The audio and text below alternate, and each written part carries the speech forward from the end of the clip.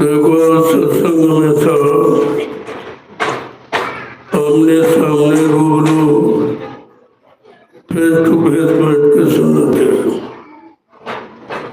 क्योंकि सत्संग बचने का असर प्रभाव सीधे तुम्हारे मन पर पड़ता है। तब ये मन गुनाहों को कबूल करता है कि मैंने कितना अच्छा किया, कितना बुरा किया, कितना पाप किया, कितना पुण्य किया, कितना सुख किया, कितना सुख किया। वैसे शैतान मन एक ही चीज से मानने वाला नहीं है। इसने बड़े बड़े ऋषि मुनियों को, योगियों को, महर्षियों को, ब्रह्मचारियों को धराशायी कर दिया। ऐसा है शैतान मन हमारे सबके मनुष्य मंदिर में रह रहा है। न हमने आपने आज तक इसको निकाल पाया है, न इस पर कोई कंट्रोल नियंत्रण नहीं कर पाया। और ये मन बराबर मनमानी किया करता। जब जैसी इच्छा इसके अंदर उठी, अपनी इच्छाओं की पूर्ति के लिए हमारे आपके शरीर को साथ में लेकर काम की इच्छा हुई तो काम की इच्छा को पूरी करा लिया, क्रोध की इच्छा हुई तो क्रोध की इच्छा को पूरी करा लिया, लोभ मोह अहंकार की इच्छा हुई तो लोभ मोह अहंकार को पूरा कर लिया। और हम आप इसका कुछ नहीं कर सकते। ऐसा है शैतान में। इसी के बारे में संत महापुरुषों ने कहा है, बड़ा बैरी है मन घट में, इसी को जीतना कठिना। कहा तुम्हारा सबसे बड़ा बैरी दुश्मन, नुकसान कराने वाला ही तुम्हारा मन है। लेकिन तुम ये तो कहते हो ये खराब वो खराब, लेकिन कभी ये नहीं कहते कि हमारा मन ही खराब। ये हमारा मन खराबी क्यों सोचता, कभी खराबी की तरफ क्यों जल्दी जाता है और खराब को जल्दी क्यों पकड़ता। तो महापुरुषों ने समझा करके कहा, पढ़ो तुम इसी के पीछे और सभी यतन तजना। तुम और किसी के पीछे मत पढ़ो, अपने मन के पीछे पढ़ो कि मन के हारे हार, मन के जीते जीत। अगर मन तुम्हारा ठीक हो जाए तो तुम सबके मन को ठीक कर सकते हो। इसीलिए संत महापुरुषों को हम लोग अंतर्यामी घटघटवासी कहते हैं। उन्होंने अपने मन को ठीक कर लिया, बुद्धि चित्त को ठीक कर लिया, अपनी आत्मा को जगा के परमात्मा से मिला लिया। तब वो कहते हैं कि हम तुम्हारे सबके मन को ठीक कर सकते हैं अगर तुम मेरा कहना मानो। हमें आपको करना क्या है? कहा पढ़ो तुम इसी के पीछे और सभी यतन तजना। जो पुराने साधन ऋषि मुनि महात्माओं ने रखे थे उसको कलयुग में संतों ने निषेध कर दिया, क्योंकि वह साधन करने की हमारे आपके शरीर में क्षमता नहीं है। मन बुद्धि से निर्मल पवित्र पाक नहीं है। तो आप तो जानते हो कि गंदगी में कोई पूजा स्वीकार नहीं होती। इसीलिए आज का मानो कितनी जड़ पूजा करता है, लेकिन कोई लाभ उसका नहीं होता। जिसकी पूजा करता वही नहीं मिला, उसी को नहीं देखा अभी तक किसी ने। तो पूजा करते हैं। पूजा का मतलब सेवा से होता है। तो सेवा उसकी करते हैं जिससे कुछ मिले, कोई जानकारी है, कोई ज्ञान है, कोई अनुभव है, कोई क्रिया है, मतलब कुछ न कुछ मिले तो हम उसकी पूजा माने सेवा करते हैं। लेकिन तुमको तो 3 कालों से ही सिखाया पढ़ाया गया कि उसकी पूजा करो जिसको तुमने देखा नहीं, जो तुमको कभी मिला नहीं है, किसी ने तुमको कुछ बताया नहीं है, उसने कोई जानकारी आपको दी नहीं है, कोई शारीरिक भौतिक कोई लाभ आपको नहीं दिया, लेकिन फिर भी हम उसकी पूजा करते हैं। इसी को संत महापुरुषों ने कहा ये जीवों की अज्ञानता है, ये उनका भूल भरम है। जब तक संत नहीं मिलेंगे तब तक किसी चीज का अंत नहीं मिले। अंत माने जानकारी, आखिरी परिणाम, आखिरी लाभ कहते वो जब मिलेगा जब आपको संत मिले। इसीलिए कलयुग में संत पधारे, वो किसी युग में नहीं आए। ये कलयुग में आना उन्होंने क्यों पसंद किया, ये भी प्रश्न है। ये सतयुग अच्छा युग था, अच्छी उम्र का था, अच्छी मन की ताकत का, अच्छे इंद्रियों संयम त्याग वैराग का था, अच्छे खान पान करने वाले लोग थे। मतलब यानी उस समय क्यों नहीं आए संत? संतों ने आना इस कलयुग में क्यों पसंद किया? कहा वो बेसहारों का सहारा बन के आते, जिनका कोई सहारा नहीं, कोई मदद करने वाला नहीं, कोई उपकार भलाई करने वाला नहीं है, कोई सच्चे रास्ते पर चलाने वाला नहीं है, कोई सच आनंद दिलाने वाला नहीं है, कोई जीवात्मा को सचलो सचखंड पहुँचाने वाला नहीं है। उन जीवों के लिए कलयुग में संत पधारे। संतों की महिमा तो आए ही नहीं तो जानता कौन, न कोई लिखन पढ़न में है। इसलिए संतों को अपना परिचय स्वतः देना पड़ा। कहा कि ऐसे जीव तो समझ नहीं पाएगा, ऐसे बेचारा फिर रह जाएगा, फिर जो लाभ मिलना चाहिए उस लाभ से वंचित रह जाएगा। तो उन्होंने अपना परिचय खुद दिया। क्या कहा कि हम आए वही देश से जहाँ तुम्हारा धाम, तुम सबको घर पहुँचाना एक हमारा काम। स्पष्ट कह दिया भाई मेरा एक ही काम, मैं अन्य शक्तियों की तरह कोई राजपाट धन दौलत मान सम्मान अधिकार लेने नहीं आया हूँ। मैं इन जीवात्माओं को जगाकर इनको इनके घर पहुँचाने आया। कितना साफ परिचय, फिर भी जीव बेचारा नहीं समझ पाया, क्योंकि ये चर्चा कभी कानों से सुनी नहीं, आंखों से कभी पढ़ी नहीं, मन बुद्धि से कभी ऐसा विचार किया नहीं था। इसलिए संतों के वचन बड़े अटपटे दिखाई देते हो। कहते नहीं संत वचन अटपटे, झटपट लखे न कोय, और जो झटपट लखे तो झटपट दर्शन। का बड़े अटपटे वचन है, तो सीधे बड़े हृदयग्राही हैं, हृदय स्पर्शी हैं, लेकिन कभी उनकी चर्चा याद रही नहीं थी। आए नहीं थे तो चर्चा कौन करता। और धीरे धीरे लगभग 750 वर्ष पूरे होने जा रहे हैं जब से सर्वप्रथम कबीर साहब आए। उन्हीं से संत मत चला, उन्हीं से संत नाम सुनने को मिला। इससे पहले नहीं था और न किसी को मालूम था। जब उन्होंने अपना अनुभव जो देने के लिए आए से हमसे जीवों के लिए जब यहाँ प्रारंभ किया तो बड़ी आलोचना हुई, तो किसी को मालूम नहीं था।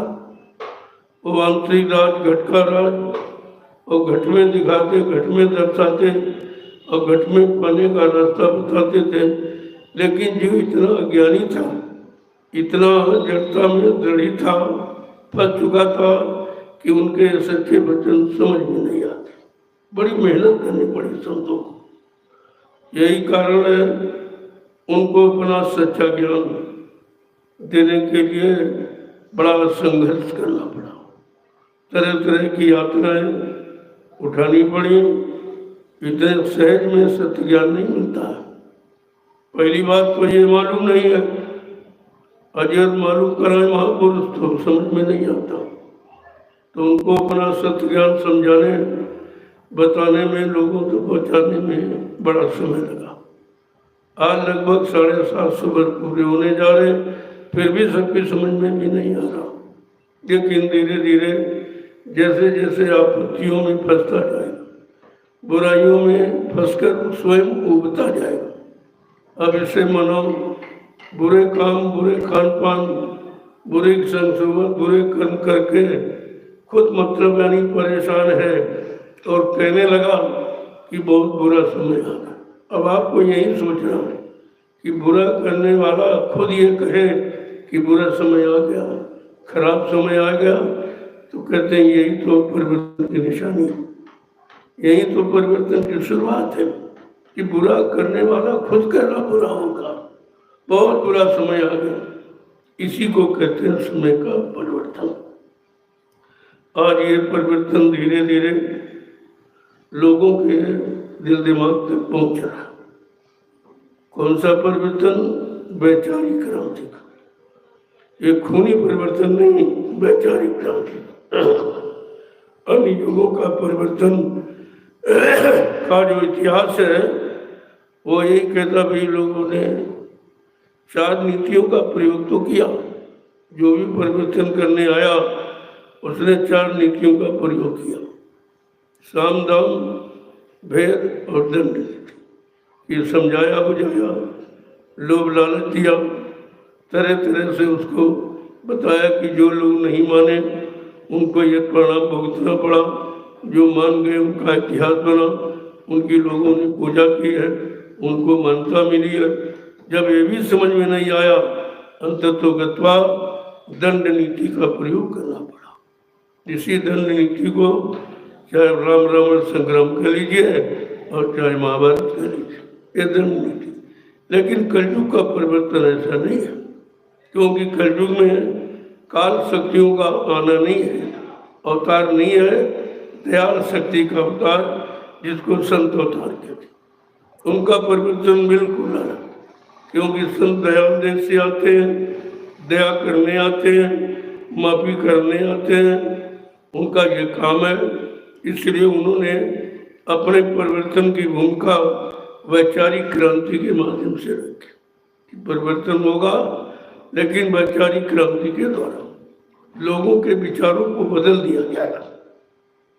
देर इसी बात की है कि विचारों को बदलने में समय लगता है। अवतारी शक्तियों ने समझाया बुझाया, नहीं माने तो मार काट दिया, लेकिन ये कोई परिवर्तन नहीं। अरे भाई चोर डकैत कतली को गोली मार दो, ये कोई सुधार नहीं है, तो संहार है। संहार कभी सुधार नीति में नहीं आता। अगर उसको मोड़कर समझा बुझा कर साधु बना दो, सही सच्चे रास्ते पर खड़ा कर दो, उसको अच्छे तरफ चलने के लिए मोड़ दो, इसको कहते हैं सुधार। सुधार संघार में बहुत अंतर है। यहाँ संघार शक्तियों का इतिहास है, संघार शक्तियों के बारे में जानकारी दी गई, लेकिन जो संत सुधार करने आते हैं उनको कहते हैं मानव सुधार। वो मानव का सुधार करेंगे, वो मानव का संघार नहीं करेंगे। सुधार करने का मतलब अपने सच्चे ज्ञान से उनको समझा बुझा करके सही सच्चे रास्ते पर ला के खड़ा करें।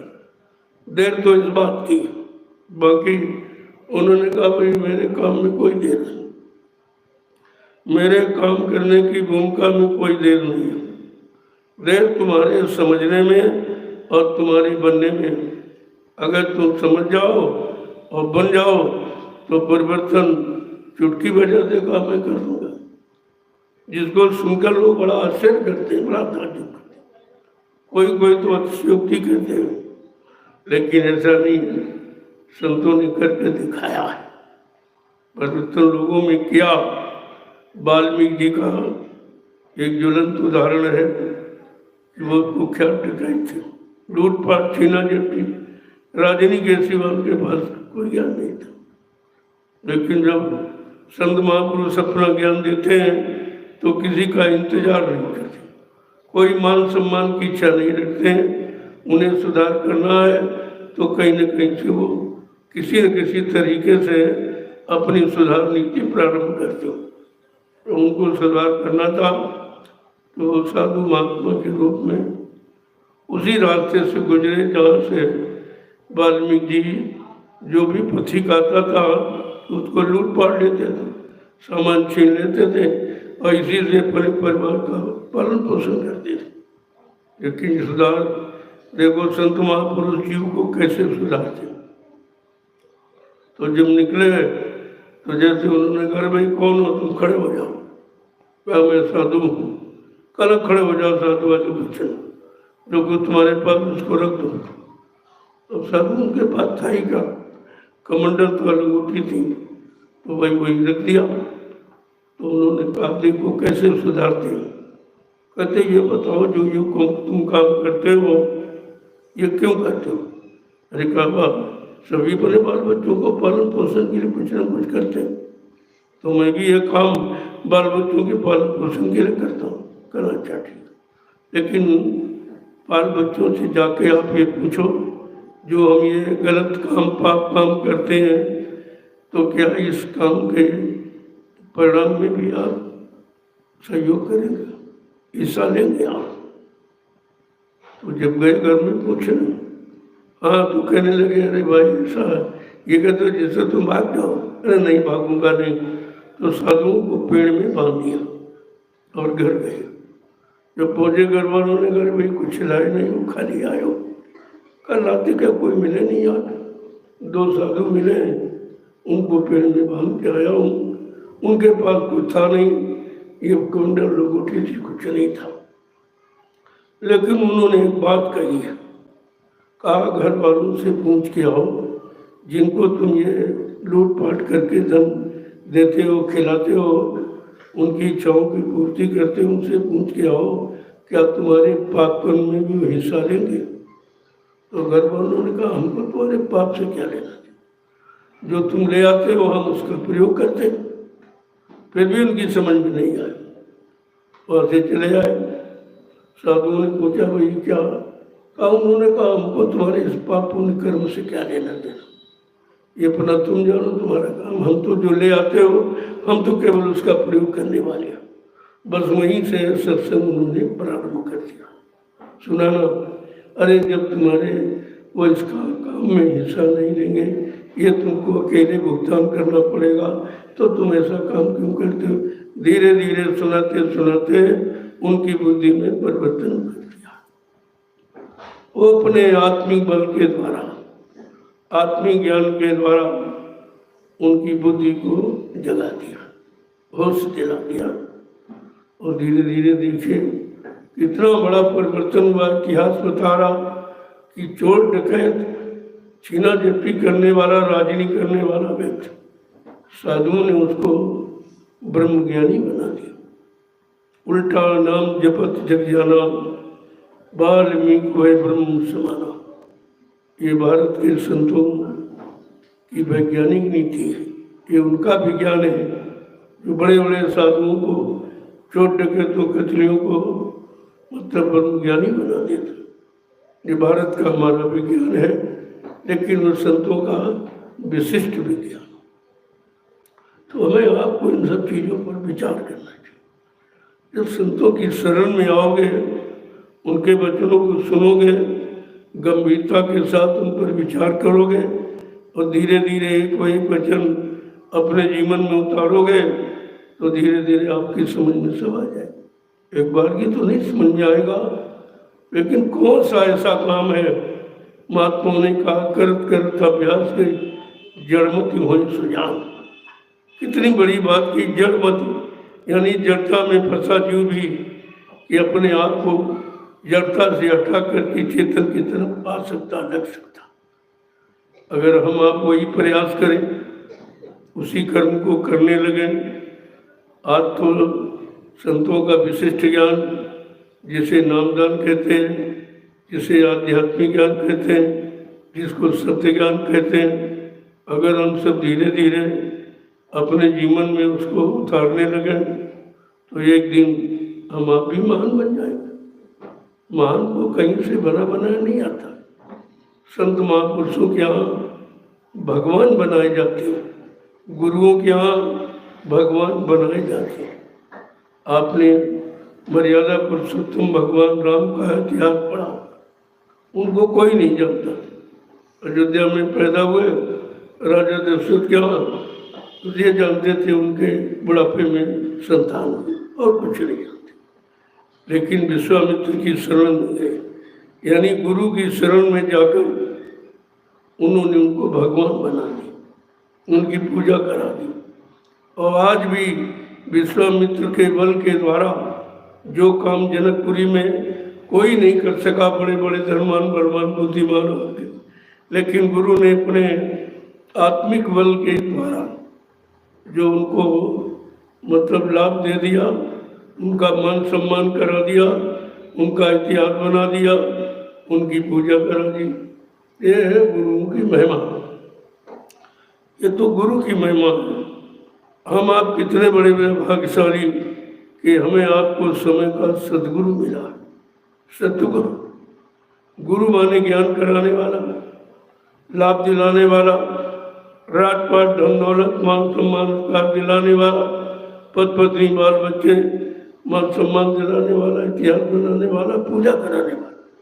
लेकिन सतगुरु, सत माने ईश्वर और गुरु माने मिलाने वाला। जो ईश्वर ब्रह्म पार ब्रह्म महाकाल सतगुरु से मिलाए, दर्शन दीदार कराए, उसको सतगुरु कहते हैं। तो हम आप इतने बड़े भाग्यशाली कि समय का सतगुरु मिला, लेकिन वो भाग्यशीलता हम आप हासिल क्यों नहीं कर पाए कि हमने आपने उनके वचनों पर विश्वास नहीं किया, उन पर विश्वास नहीं किया, उनकी नीतियों पर विश्वास नहीं किया, उनके परिवर्तन के वादों पर विश्वास नहीं किया। उन्होंने जीवात्मा को जगाने के लिए जो नाम की युक्ति दी उस पर भी पूरा विश्वास नहीं किया और न समय दिया। बात समय की है, जहाँ जहाँ आप समय देते हो वहीं पर आपको लाभ मिलता। खेती करते हो पूरा समय दो, अन्य अच्छा पैदा हो। दुकान व्यापार करते हो पूरा समय दो तो आपको पूरा लाभ मिलेगा। नौकरी करते हो पूरे दिन ड्यूटी सही दो तो पूरी तनख्वाह आपको मिलती है। ये तो विषय है। जब भौतिक जगत में 8 घंटे काम करने पर हमको उचित मजदूरी मिलती है, तो अध्यात्म में तो 7 घंटे रखे, 3 घंटे सुबह 3 घंटे शाम और आधा घंटा प्रार्थना पाठ कि बिखरा फैला हुआ मन सिमट कर आ जाए, लक्ष्य निशाने पर आ जाए, तब आप सुमरन प्रारंभ करें, तब आप ध्यान करें, तब आप भजन करें। जब तक बिखरा हुआ फैला हुआ मन ये सिमट कर एक निशाने पर नहीं आएगा, तब तक कहते कि जो लाभ मिलना चाहिए उस तरह का पूरा लाभ नहीं मिलता। कमी है कि हम आप पूरा समय नहीं देते और समय लगन के साथ नहीं देते, मन बुद्धि चित्त को रोक के नहीं देते, मन पर कंट्रोल नियंत्रण कर नहीं पाते और कहते महापुरुषों की नीति अच्छी नहीं है। अरे भाई उनकी नीति तो अच्छी है, लेकिन हम ये कभी नहीं कहते कि हमारा मन अच्छा नहीं है, जो उस नीति को करने के लिए उचित पूरा समय नहीं देता। और हम आप अगर पूरा समय दें तो पूरा काम हो जाए, उसमें क्या। ये ऐसा मार्ग, ऐसा रास्ता है, जितना समय दोगे और जिस तरीके से उसी तरीके से आपको लाभ मिलेगा।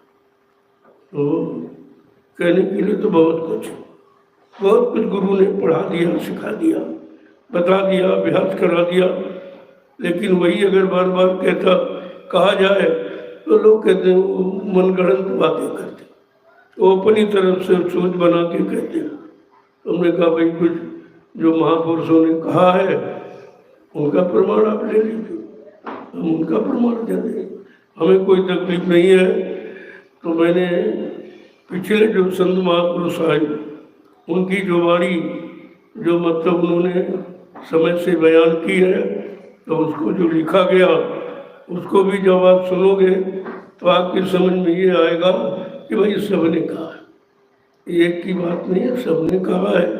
और जिसने पाया उसने बताया, और जिसने सुना उसने सुनाया, जिसने पढ़ा उसने पढ़ाया, जिसने गा बजा सुना गा बजा बता दिया। लेकिन जिसने प्राप्त किया है बयानी मिला वही पाया। अब बात है मिलाने की कि जब तक मिलाने वाला गुरु न मिले, तभी उसी के लिए कहा जब तक गुरु मिले नहीं साचा तब तक गुरु कीजिए 10 बाचा। सच्चा गुरु का मतलब सच्चित आनंद दिलाने वाला और जीवात्मा को सतलो सचखंड अनामी धाम पहुँचाने वाला। बात तो इसलिए यहाँ से जीवों को मिलती है। तो महापुरुषों ने जो कहा है जरा 2 वचन उनके सुन लीजिए। वैसे तो ऐसे ही कहा जाए कोई, क्योंकि इतना बता दिया गया है कि वो उसको कहने के लिए बहुत समय चाहिए, लेकिन फिर भी महापुरुषों के वचनों को गवाही और साक्षी करके हमें आपको जीवों के सन्मुख उस चर्चा को करना चाहिए जो चर्चा उन्होंने कभी सुनी नहीं। मन के लिए तो सुनी, इंद्रियों के लिए सुनी, शरीर के लिए सुनी, लेकिन आत्मा के लिए कभी नहीं सुनी। वो किसी ने बात कही नहीं। मतलब आत्मिक लाभ हमें आपको देने वाला कोई मिला नहीं। आज सौभाग्य से मिला, लेकिन हम उनको पहचान नहीं पाए, अपना बना नहीं पाए, अपने जीवन का कोई लाभ ले नहीं पाए। ये हमारा सबका बड़ा दुर्भाग्य है। यही तो जीवों का दुर्भाग्य है। एक तो कभी आए नहीं, जब आए तो हम पहचान पाए नहीं, वचनों को समझ पाए नहीं, याद रख पाए नहीं। जो उन्होंने आत्मा को जगाने की युक्ति नामदान दिया, उसको भी हम आप समय से कर नहीं पाए। तो जरा सुन लीजिए तो समझ में आ जाए क्या कहा उन्होंने। जय गुरुदेव, जय गुरुदेव, जय गुरुदेव, जय गुरुदेव। नाम किसका,